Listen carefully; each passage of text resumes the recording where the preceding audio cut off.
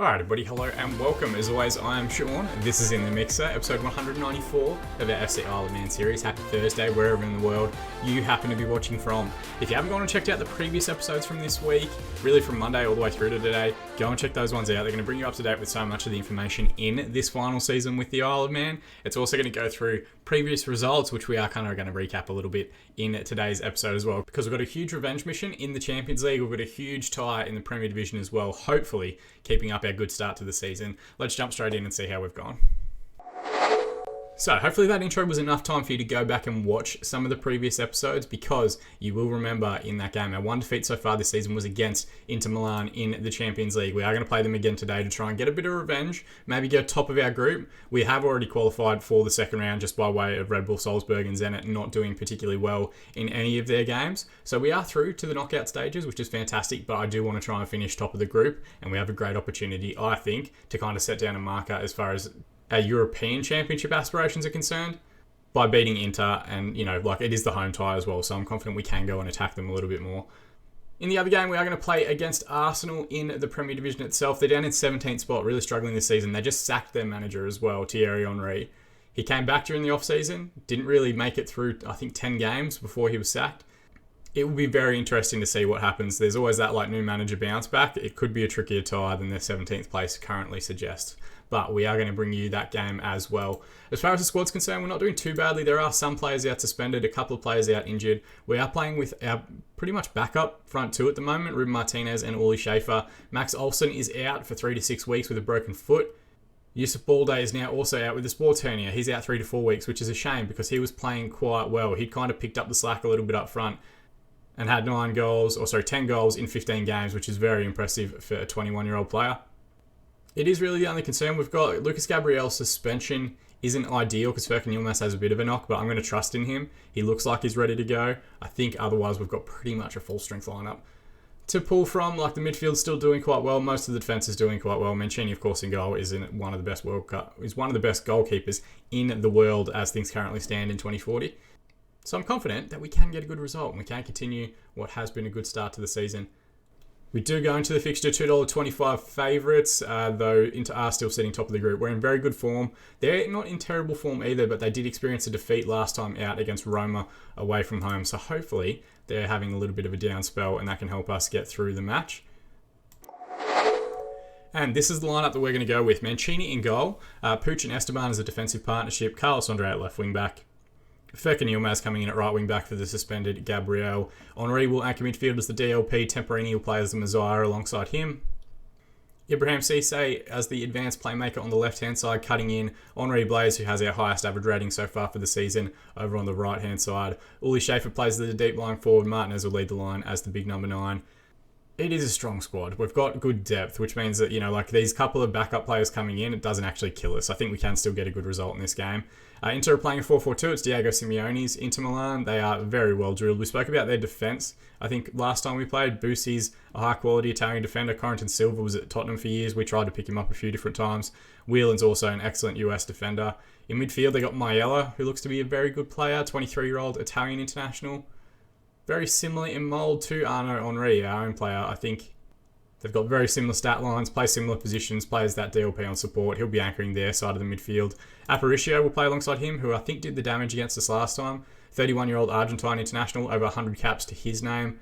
Very impressive stuff. I think he's playing as a Messiah, maybe, because he's a little bit further forward as their shape dictates in that lineup. But he looks very decent. Good passing, good technique, good work rate, good off the ball, good decision making. 4.5 star current ability, 4.5 star potential. He looks to be a very decent prospect. Hadabor, we've come up against a few times. He was a wonder kid way back in the day. Has been an elite winger for quite a few seasons. An inside forward on the left. Looks like they're going to play him as an inverted winger potentially today. He'll want to cut back on that right foot. We'll see how that goes for them. Andre Luiz Deval, I think, played on the wing last time, and they're playing him up front today, which is his more customary position. He'll be one to keep an eye on as well. So they've got some ability. Make no mistake, they will be a good side, but I think we can get at them. Assertively, I'm going to say avenge what happened the last time we played Inter, and everybody's responded fantastically well, which is always perfect. They've also got a knock in their lineup. Whelan, it looks like he's carrying a little bit of an injury into the game, which could work in our favour. but I'd expect that 4-4-2 will be sitting very, very deep on the edge of their 18-yard box. If we get to half-time and we haven't really created that much in terms of highlights, we might drop to positive just to play a little bit deeper and try and coax them out a little bit, but we'll see how we go. We are through 30 minutes here without any highlights, so I'm going to use a get creative shout, see if we can't try and create a chance or two as we get towards half-time.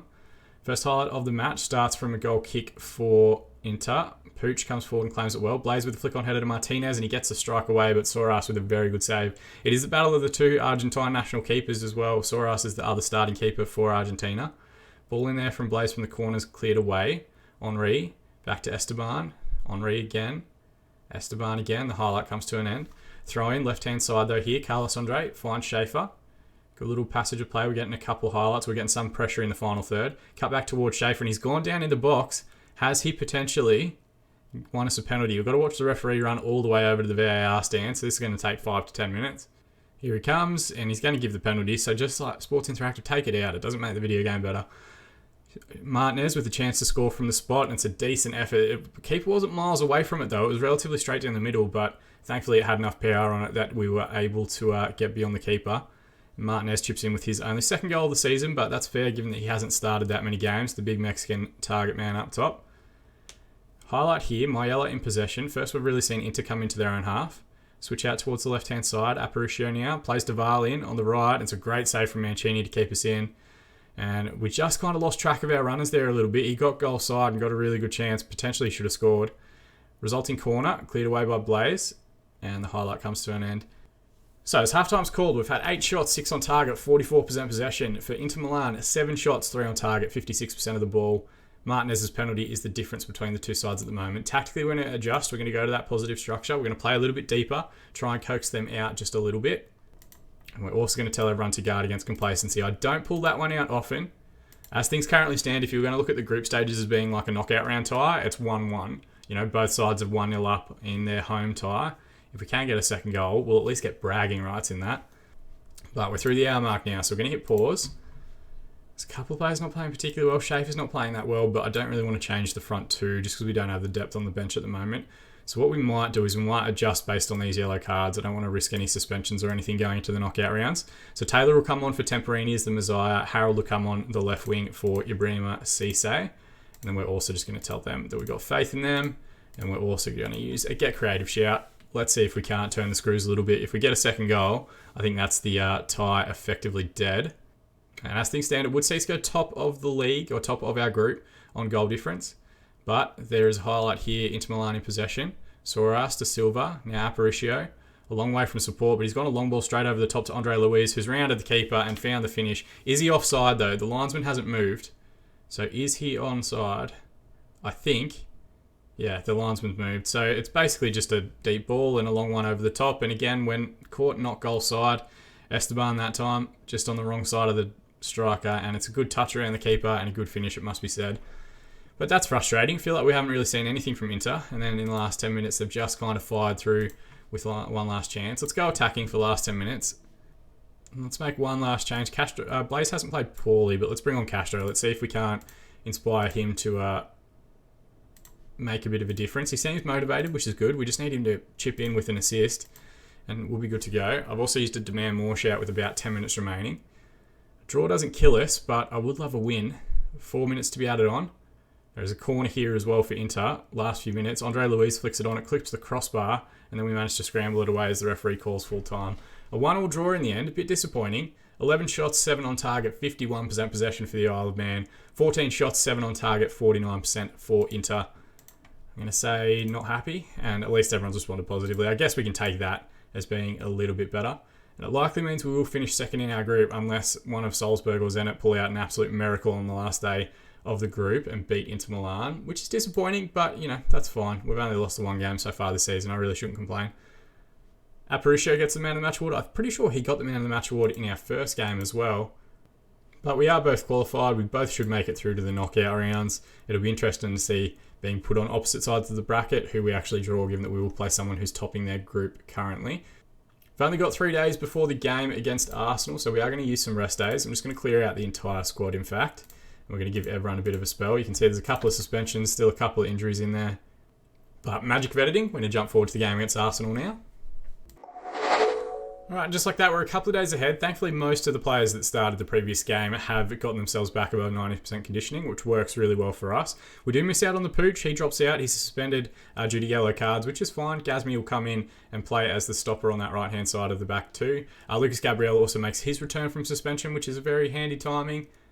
But otherwise, the lineup remains unchanged. Arsenal playing a 4-2-3-1 because, of course, they are. Every big club in Football Manager 2020 plays a 4-2-3-1 once you get into a few years. Hisham Haji, ex-FC Isle of Man player, will play at the base of midfield for them, which is interesting. I could never get him to work correctly as a deeper lying player.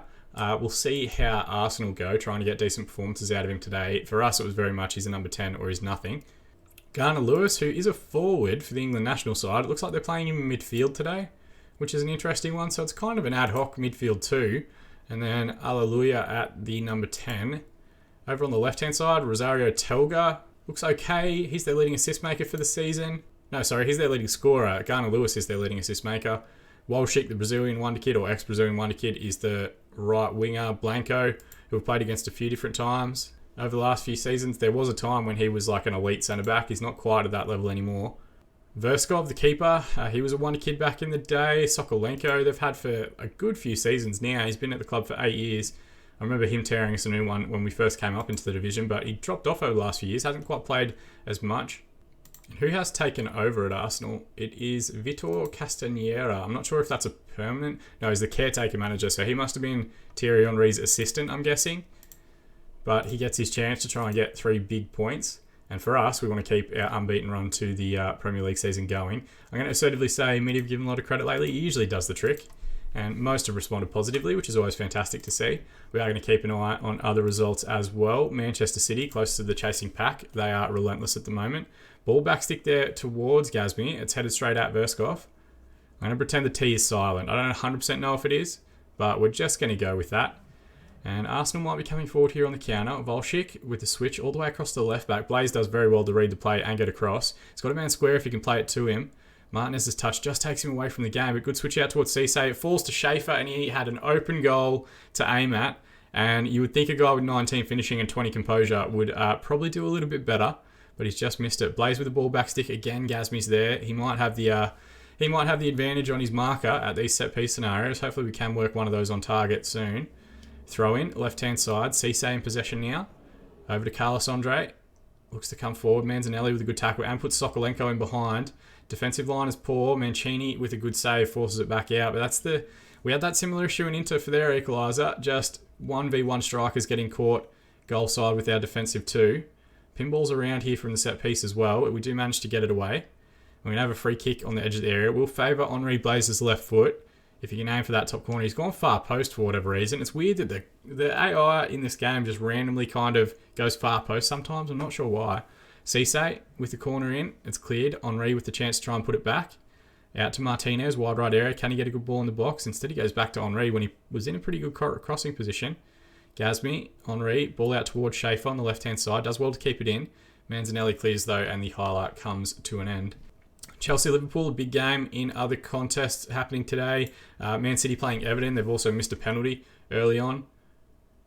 Esteban in possession now. Picked up a short ball from Mancini. Goes back to Mancini again. Just wait for the press to come before you play the ball.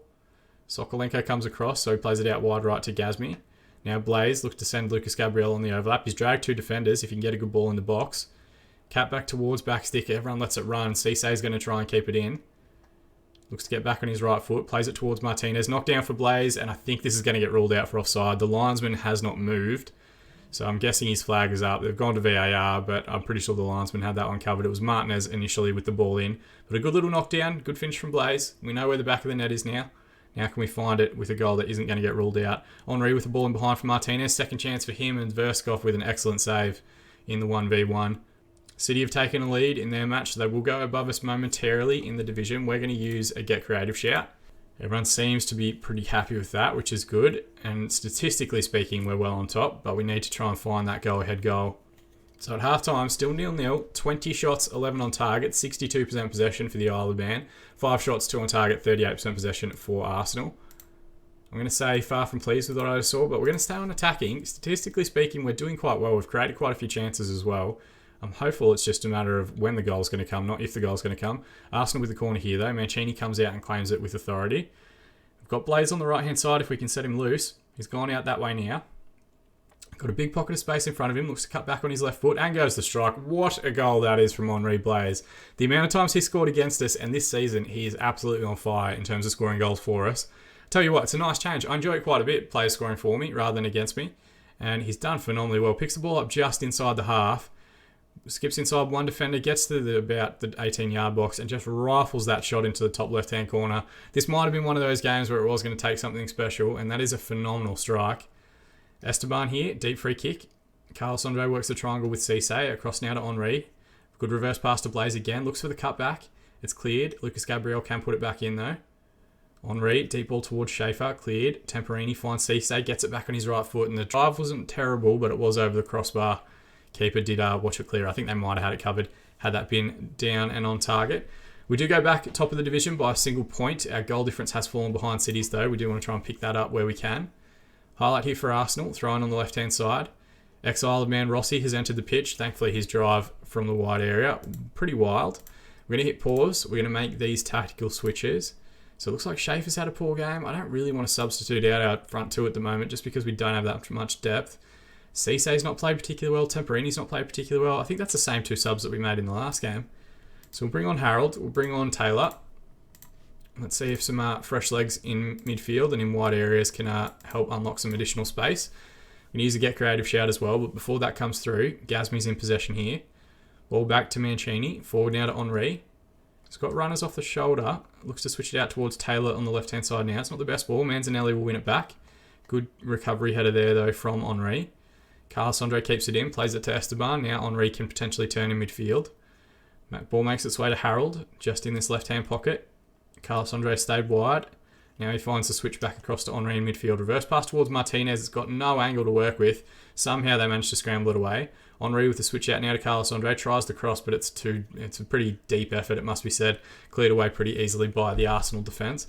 But good little passage of play. If we can find that second goal, I think we effectively win the game. It's like Chelsea have taken a lead against Liverpool in one of the bigger clashes for today's contest. Volchik with free kick from distance again. He's gone far corner and Mancini couldn't hold it. Pushes it out for the corner. It'll be Volchik to take again. Right footed corner towards near post. Gomez with a flick on header straight at Mancini. So Arsenal just a couple of set piece opportunities there. We might have to make a tactical adjustment in the moment. Maybe we drop to positive to just try and secure this lead and keep a bit more possession. Lucas Gabriel though coming forward on the right hand side. Deep ball across towards Harold. His flick on header wasn't miles away from the far post, but it didn't have the necessary curl or pace on it. And we are at the 80-minute mark, so we're going to hit pause. Looks like Henri Blaze has picked up a bit of a knock, which isn't ideal. We might take him off. I don't think we want to risk it. And let's drop back to our positive structure as well. A little bit less intense, a little bit deeper. Arsenal are probably going to try and push on a little bit to try and find an equalising goal. Hopefully that leaves a little bit more space in behind for us to exploit. I've also used a demand more shout with about 10 minutes remaining just to try and hold on to the victory. Corner, Harold to take towards Esteban near post. It's cleared away. Taylor puts it back in towards Martinez. Rossi with the tackle, but it clears as far as Carlos Andre, who can reset. He's got Harold there in support with him. He goes square across to Henri at the edge of the area. And now the switch to the other side. Finds Lucas Gabriel. Cut back to Henri. Goes the strike himself. It falls to Castro, but the strike. Verskov did well to stay on his feet and saves and holds. Ball forward here to Volchik. Could Arsenal come the other way? No, Carlos Andre with a great win. And plays it to Martinez, who goes for power instead of corners. And really a good save again from the Arsenal keeper. Volchik, deep ball in towards Rasmussen. And I tell you what, that wasn't miles away, just sailing over the crossbar. The referee calls full time. 43 shots, 21 on target, 64% possession. Potentially we should have finished a little bit better. It took Henri Blaze's spectacular strike to get us the 1-0 victory. For Arsenal, 13 shots, 6 on target, 36% of the ball. We are going to say, well done, lads. Good win for us. I'm not going to complain too much. I know they're down in 17th in the division, but let's just try and keep morale up as much as possible getting into this busy December period.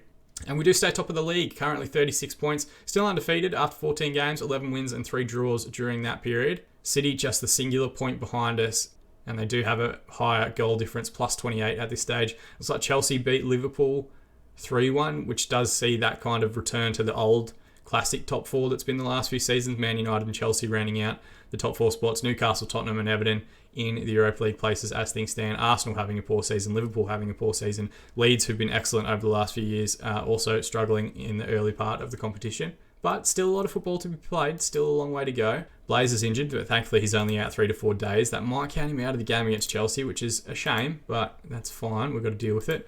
Henry was excellent, so we're going to give him a bit of praise for his performance in the last match. And then looking forward in our schedule, I think what we're going to do is there's a couple of things I want to try and bring you guys as well. We've got our Champions League group stage final game. I don't think we want to bring that one to you, but we're going to look at the schedule.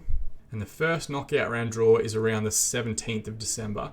So I think what we might do is we might come back around the 17th of December after this match against Leeds, but before the Carabao Cup quarter-final. We'll bring you guys the knockout round draw so that you can see who we're going to play next week in the Champions League knockout rounds. And then we'll play the game against Watford off screen because that will be our backup lineup playing in the Carabao Cup. And then we're going to play the Liverpool game and the Tottenham game, and they're both bookending Christmas, so we will probably pull out the green screen nightmare. We haven't done a Christmas episode in forever, and I definitely want to try and squeeze one in. It is our final season. We want to try and get as much out there as possible, and hopefully bring you guys 2 huge games in the Premier Division and 2 victories to cement our spot at the top of the table.